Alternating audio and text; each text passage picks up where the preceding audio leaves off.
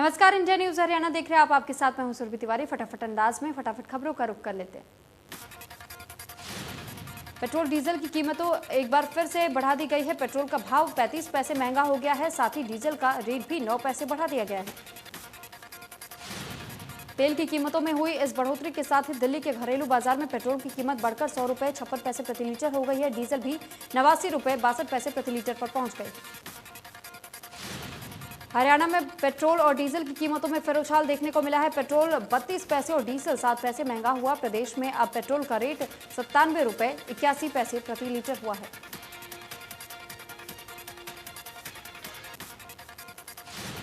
ईंधन की बढ़ती कीमतों के विरोध में संयुक्त किसान मोर्चा के आह्वान पर किसानों का आज देश भर में प्रदर्शन। 2 घंटे तक प्रदर्शन कर किसान रोष जता रहे हैं। किसान नेता गुरनाम सिंह चढ़ूनी ने वीडियो जारी किया। किसानों से अपील करते हुए कहा कि देश भर में कहीं भी जाम ना लगाया जाए। हाईवे पर सड़क के साइड में वाहनों को खड़ा कर ही रोष प्रदर्शन करना है। प्रधानमंत्री नरेंद्र मोदी ने दूसरे कार्यकाल का पहला कैबिनेट विस्तार किया है। मंत्रिमंडल विस्तार का कार्यक्रम राष्ट्रपति भवन में आयोजित किया गया। इस दौरान 43 मंत्रियों को शपथ दिलाई गई। मोदी मंत्रिमंडल विस्तार में 15 कैबिनेट 28 राज्य मंत्रियों ने शपथ ली। शपथ ग्रहण कार्यक्रम में राष्ट्रपति ने सबसे पहले महाराष्ट्र के पूर्व सीएम नारायण राणे को शपथ दिलाई, जिसके बाद सर्बानंद सोनोवाल, ज्योतिरादित्य सिंधिया समेत कई नेताओं ने कैबिनेट मंत्री पद की शपथ ली। अनुप्रिया पटेल, कौशल किशोर समेत 28 सांसदों ने राज्य मंत्री के तौर पर शपथ ली। मोदी मंत्रिमंडल के विस्तार में कुल 7 महिला मंत्रियों को शपथ दिलाई गई, तो वहीं सहयोगी दलों से 3 मंत्री बनाए गए हैं। पहले से सरकार में शामिल 7 मंत्रियों का प्रमोशन किया गया है। मोदी मंत्रिमंडल विस्तार में कई नए चेहरों की एंट्री हुई है और शपथ के दौरान राष्ट्रपति भवन में पीएम मोदी, गृह मंत्री अमित शाह, रक्षा मंत्री राजनाथ सिंह समेत कई नेता मौजूद रहे। केंद्रीय कैबिनेट में विस्तार से पहले मोदी सरकार ने कई मंत्रियों से इस्तीफा लिया। इनमें स्वास्थ्य मंत्री डॉक्टर हर्षवर्धन, शिक्षा मंत्री रमेश पोखरियाल निशंक, श्रम मंत्री संतोष गंगवार को मंत्रिमंडल से बाहर किया गया।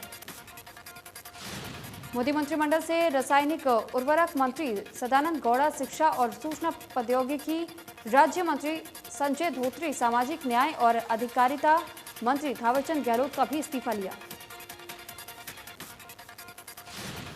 इनके अलावा महिला बाल विकास राज्य मंत्री देवोश्री चौधरी, प्रताप सारंगी, अंबाला से सांसद और जल शक्ति राज्य मंत्री रत्नलाल कटारिया, बाबुल सुप्रियो, राव साहेब दानवे पाटिल को भी मंत्रिमंडल से बाहर निकाला गया। मोदी सरकार के मंत्रिमंडल विस्तार में हरियाणा को जगह नहीं मिली है। 43 मंत्रियों की लिस्ट में हरियाणा का कोई चेहरा नहीं है। यूपी से 7, उत्तराखंड से 1 मंत्री बनाए गए। देश के नए रेल मंत्री अश्विनी वैष्णव ने मंत्रालय का कामकाज संभाला। उन्होंने पीयूष गोयल की जगह ली। अश्विनी वैष्णव ने कहा कि रेल क्षेत्र में पिछले 67 वर्षों से शानदार काम किया गया है। अनुराग ठाकुर को सूचना और प्रसारण मंत्रालय की जिम्मेदारी सौंपी गई है। पदभार संभालते हुए अनुराग ठाकुर ने कहा कि प्रधानमंत्री ने मुझे जो जिम्मेदारी दी है और जो विश्वास व्यक्त किया है, उस पर खरा उतरने का हर संभव प्रयास करूंगा। सीएम मनोहर लाल ने ट्वीट कर नवनियुक्त मंत्रियों को शुभकामनाएं दी। लिखा कि देश को प्रगति के पथ पर आगे बढ़ाने के में आप सभी अपना महत्वपूर्ण योगदान देंगे और सुशासन के नए आयाम स्थापित करेंगे, ऐसी कामना करता हूं। डिप्टी सीएम दुष्यंत चौटाला ने नवनियुक्त मंत्रियों को बधाई दी। ट्वीट कर लिखा कि हमें पूरा विश्वास है कि आपके ऊर्जावान नेतृत्व से देश के विकास को नई गति मिलेगी। सुप्रीम कोर्ट ने सीबीआई को पूर्व सीएम भूपेंद्र हुड्डा की तत्कालीन कांग्रेस सरकार में रियल एस्टेट डेवलपर को जमीन जारी करने की जांच कराने का निर्देश जारी किया।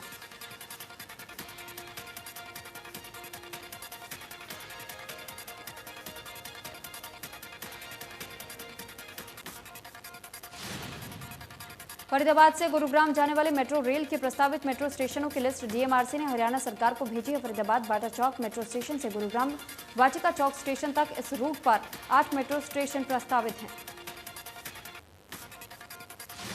कांग्रेसी विधायक नीरज शर्मा ने कहा कि फरीदाबाद के विकास के लिए गुरुग्राम से मेट्रो को जोड़ना एक बड़ी उपलब्धि है। नीरज शर्मा ने मुख्यमंत्री का धन्यवाद किया।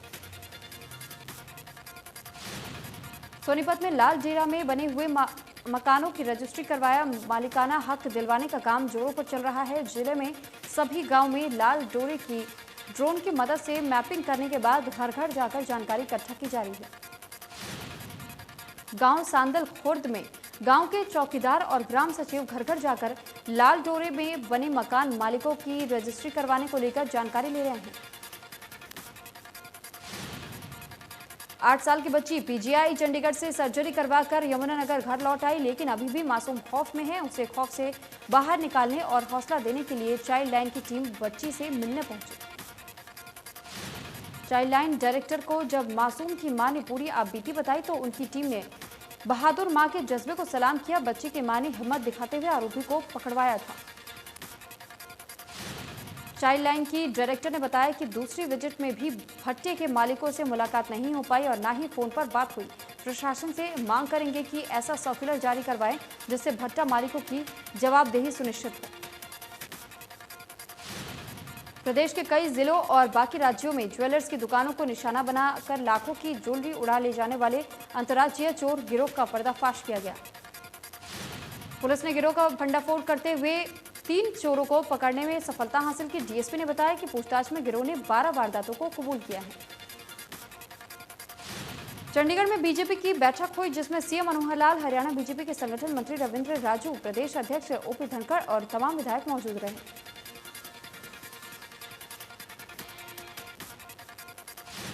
बीजेपी की बैठक के बाद सीएम मनोहर लाल ने कहा कि सरकार और संगठन के बीच तालमेल रखने की कोशिश की जाती है। इन बैठकों में सुझाव और फीडबैक लिया जाता है। सीएम ने कहा कि सरकारी योजनाओं को कैसे लागू करना है, इसको लेकर के बातचीत की गई। साथ ही उन्होंने कहा कि मुख्यमंत्री परिवार अंत्योदय योजना में 37,000 परिवारों की लिस्ट तैयार कर डिपार्टमेंट को दे दी गई है। सीएम ने कहा कि मुख्यमंत्री परिवार अंत्योदय योजना को लेकर फील्ड के अंदर सर्वे और रिव्यू के लिए हम काम कर रहे हैं। इनकम वेरिफिकेशन के लिए हमने संगठन की टोलियों से भी मदद मांगी है।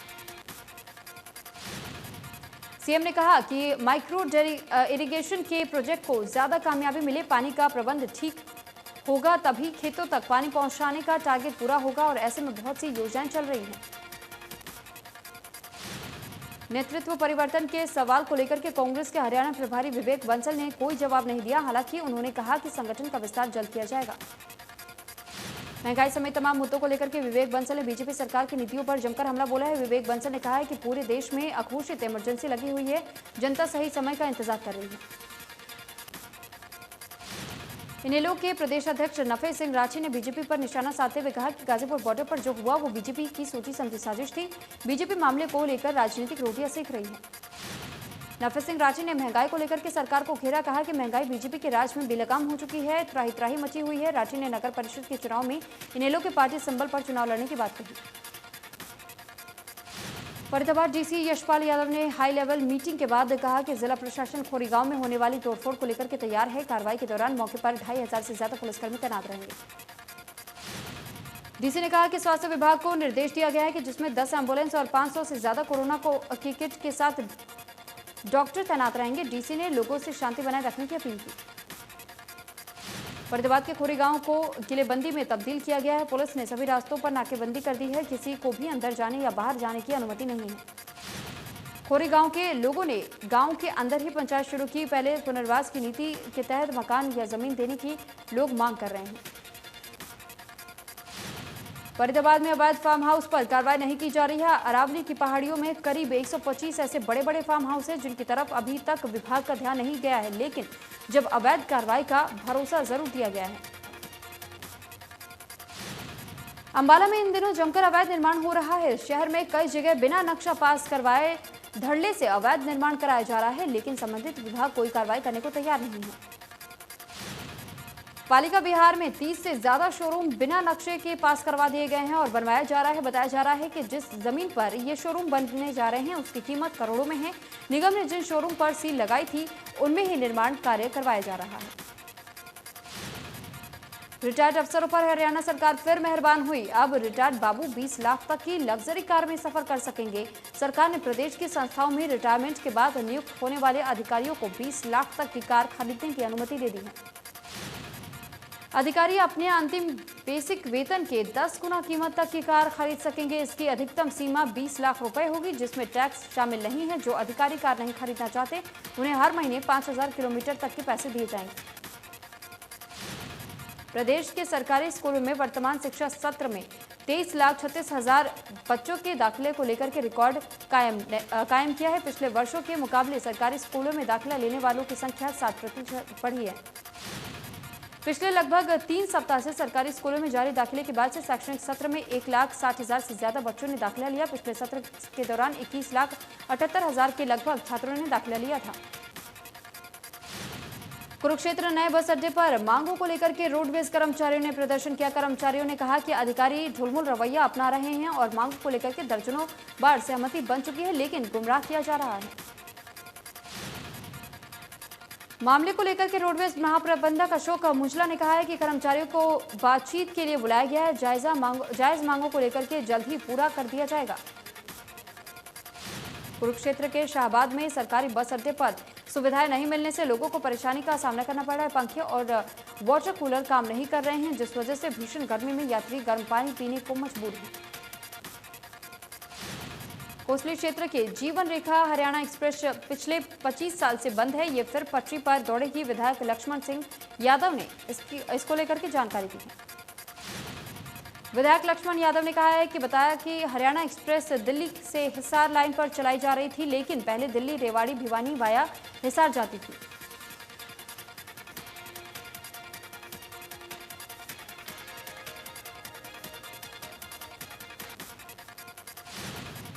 गुरुग्राम के नामी निजी स्कूल की टीचर को ऑनलाइन क्लास के दौरान बीजेपी सरकार के खिलाफ बच्चों के बयानबाजी करना महंगा पड़ गया। टीचर ने बच्चों को कहा कि बीजेपी देश को बर्बाद करने में लगी है।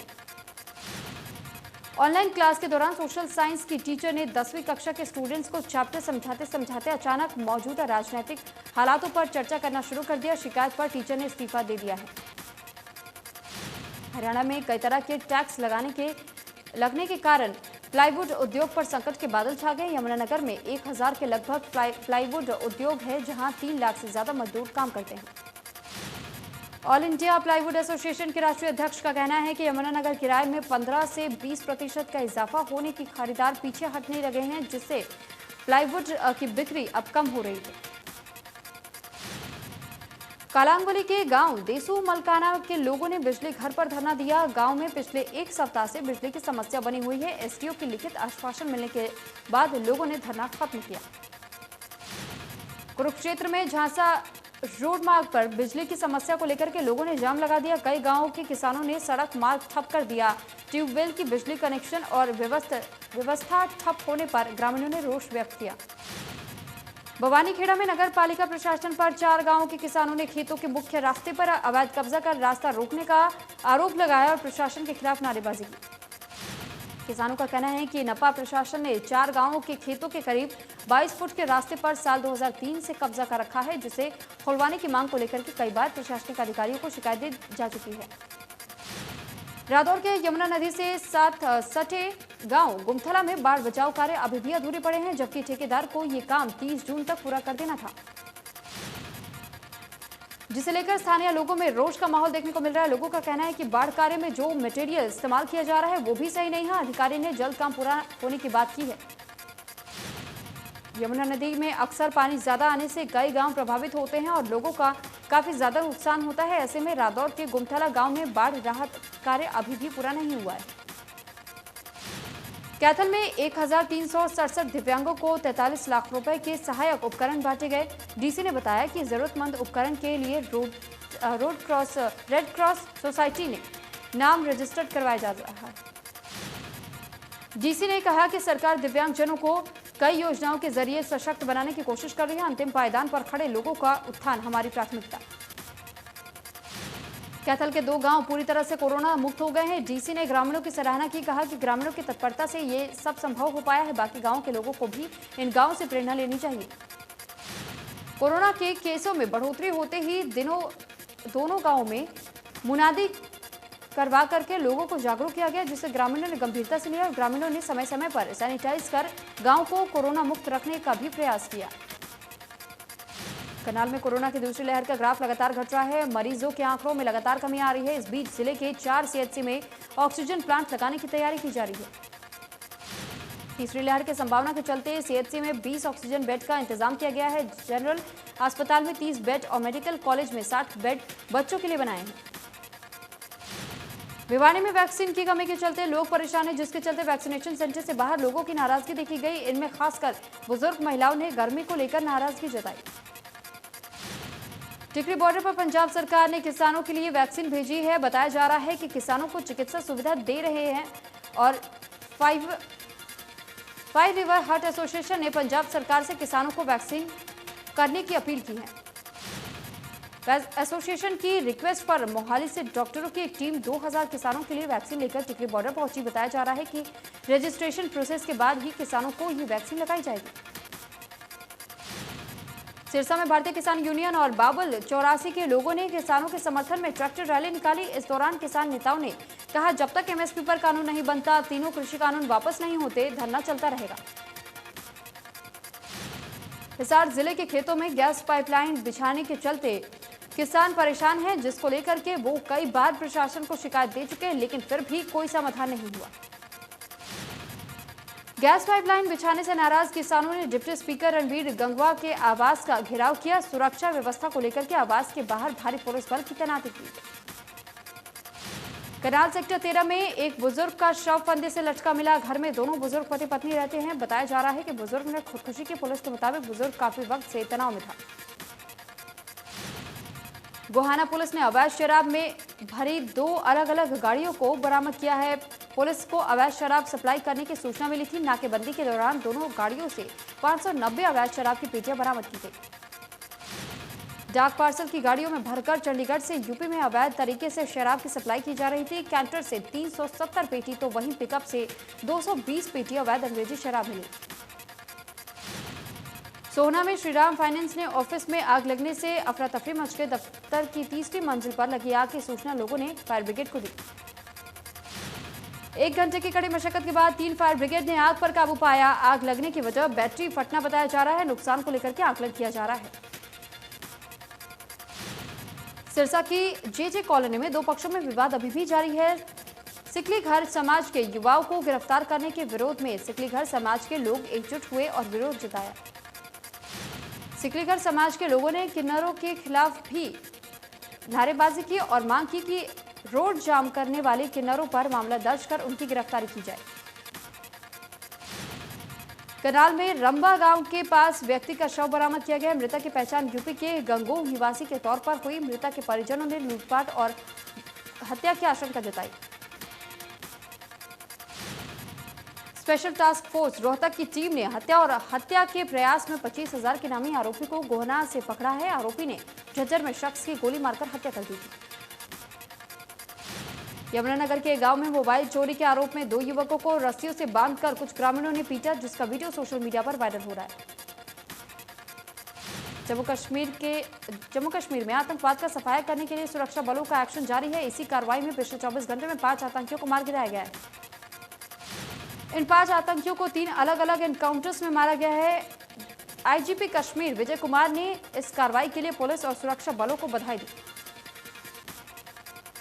हिमाचल प्रदेश के पूर्व मुख्यमंत्री और कांग्रेस नेता वीरभद्र सिंह का 87 साल की उम्र में निधन हो गया। लंबी बीमारी से जूझने के बाद शिमला के Indira Gandhi medical college and hospital में उन्होंने आखिरी सांस ली। वीरभद्र सिंह पिछले करीब 2 महीने से अस्पताल में भर्ती थे। उन्होंने 2 बार कोरोना को मात दी थी। पिछले 2 दिनों से उन्होंने सांस लेने में उन्हें दिक्कत आ रही थी, जिसके बाद उन्हें वेंटिलेटर सपोर्ट पर रखा गया था। वीरभद्र सिंह 6 बार हिमाचल प्रदेश के मुख्यमंत्री रहे और 9 बार विधायक रहे थे। इसके साथ ही वो 5 बार सांसद भी चुने गए थे। वर्तमान में वो सोलन के अर्की से विधायक थे। पूर्व सीएम भूपेंद्र हुड्डा ने ट्वीट कर वीरभद्र सिंह के निधन पर शोक जताया। लिखा कि अच्छे इंसान और स्नेही व्यक्तित्व वाले वीरभद्र सिंह से निजी संबंध थे, परिवार और समर्थकों के प्रति संवेदना। कांग्रेस प्रदेश अध्यक्ष कुमारी सैलजा ने ट्वीट कर वीरभद्र सिंह को श्रद्धांजलि दी। लिखा कि उन्होंने अपना पूरा जीवन जनता और कांग्रेस की सेवा में लगाया था। जनहित में किए गए उनके काम हमेशा हमें प्रेरित करते रहेंगे। दीपेंद्र हुड्डा ने वीरभद्र सिंह के निधन पर ट्वीट कर दुख जताया। लिखा कि लोकप्रिय जनसेवक के रूप में उन्होंने देश की तरक्की में विशिष्ट योगदान दिया।